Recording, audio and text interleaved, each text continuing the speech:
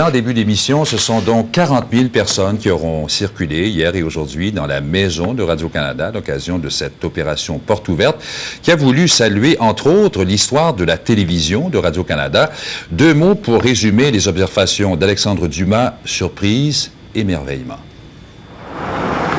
Il y a quelques années de cela déjà que la maison de Radio-Canada n'avait pas été fréquentée aussi massivement. Depuis 1988, en fait, alors que plus de 25 000 personnes devaient découvrir toute la coulisse des mystères du petit écran. Aujourd'hui, il n'y avait Dieu que pour l'envers du décor. Toute la technologie télévisuelle, l'infographie, la magnétoscopie, les effets spéciaux, les décors, les salles de nouvelles radio et télé, les studios, les artisans aussi.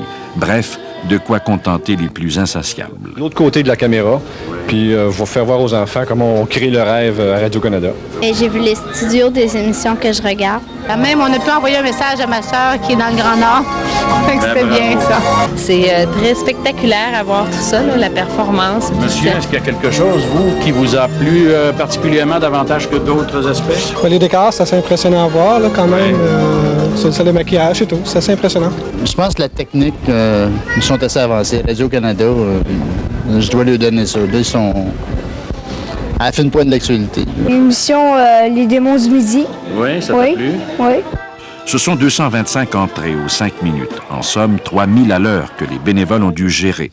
Le comité organisateur de la Maison de Radio-Canada, malgré la fatigue et la nervosité, jubilait. On nous apprécie beaucoup plus que parfois certains esprits chagrins tentent de nous faire croire le contraire. Visiblement, tout cela était un grand message d'amour et d'amitié.